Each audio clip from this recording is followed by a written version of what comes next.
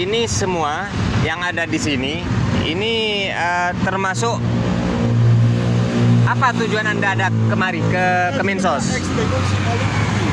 Pengungsi Maluku Utara. Pengungsi Maluku Utara.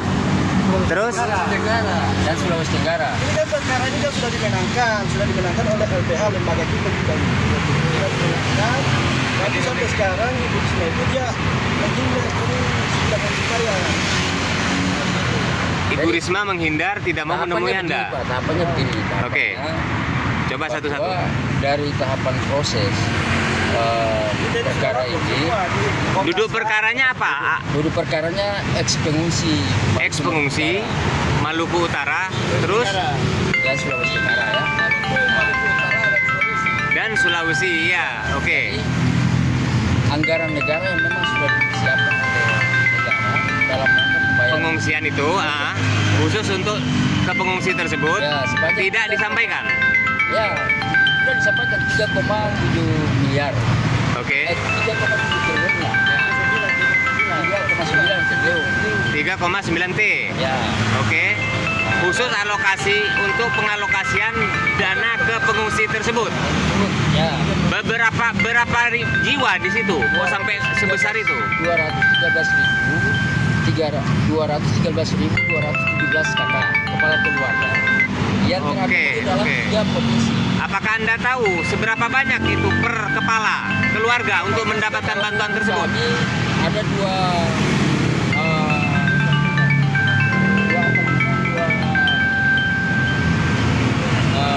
akomodatif dan jadi dalam proses yaitu yang pertama uang pembangunan Ya, oke.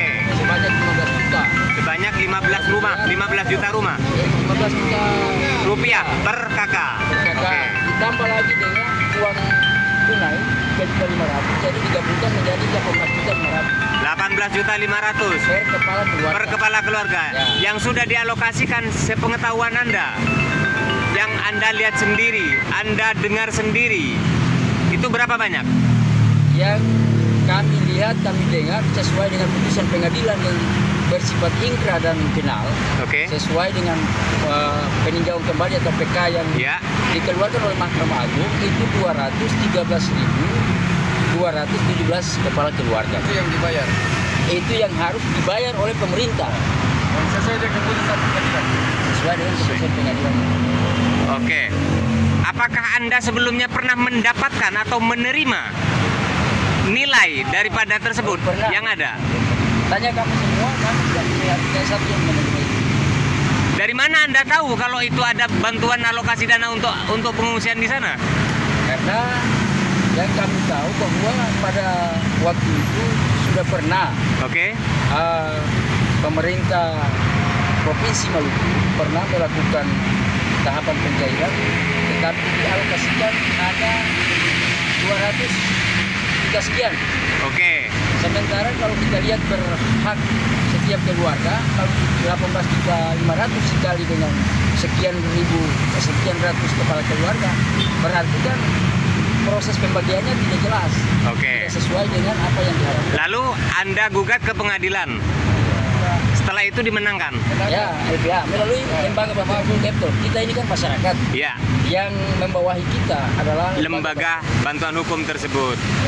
Berarti sudah ikrah nih dari pengadilan sehingga Anda menunggu pencairan untuk ikrah yang jelas di ikrah tersebut gitu.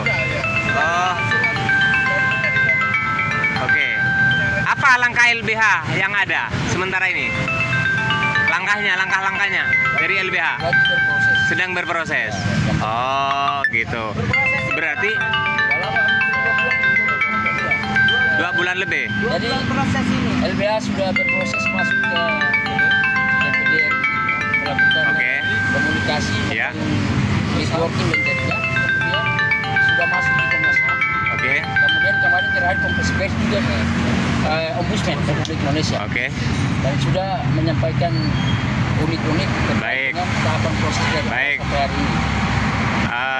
Kalau begitu apa pesan Anda kepada pemerintah, khususnya Ibu Menteri sosial. Pesan kami selaku masyarakat eks-pengungsi Maluku Utara dan Sulawesi Tenggara, yang pertama bahwa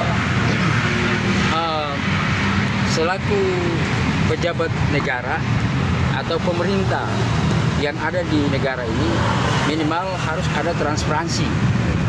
Ya, ada transparansi kepada kami rakyat kecil yang ada di daerah, di pelosok, sehingga kami tahu bahwa hukum itu masih ada di negara ini.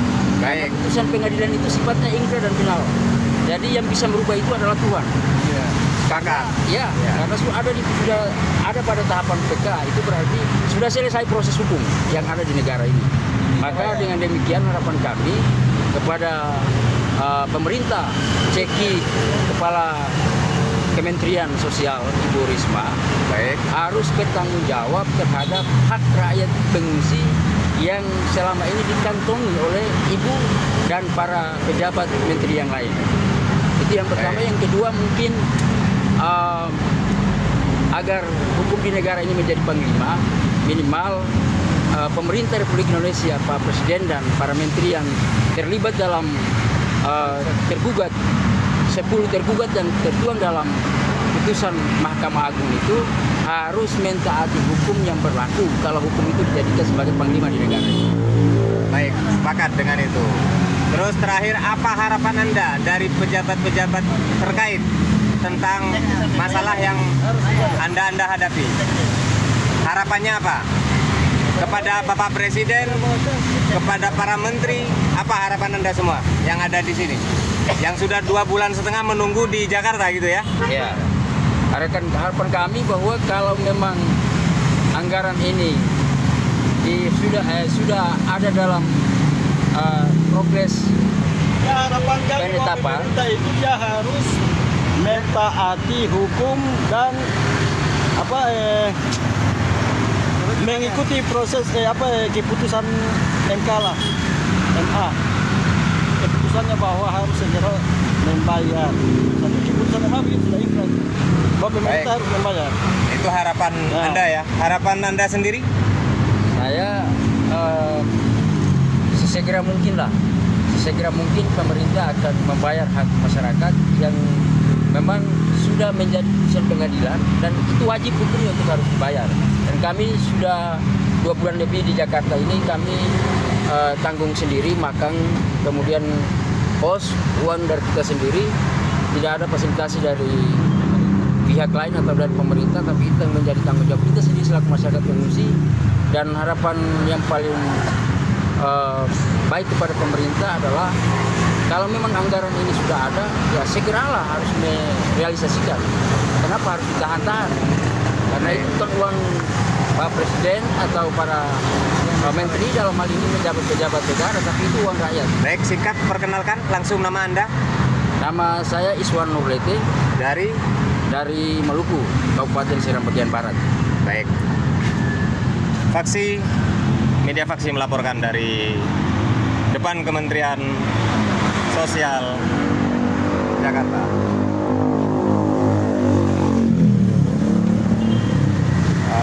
Sangat miris melihat kondisi di depan Kementerian Sosial yang sudah 2 bulan lebih bertendakan terpal seperti ini. Semoga pemerintah segera memberi solusi yang terbaik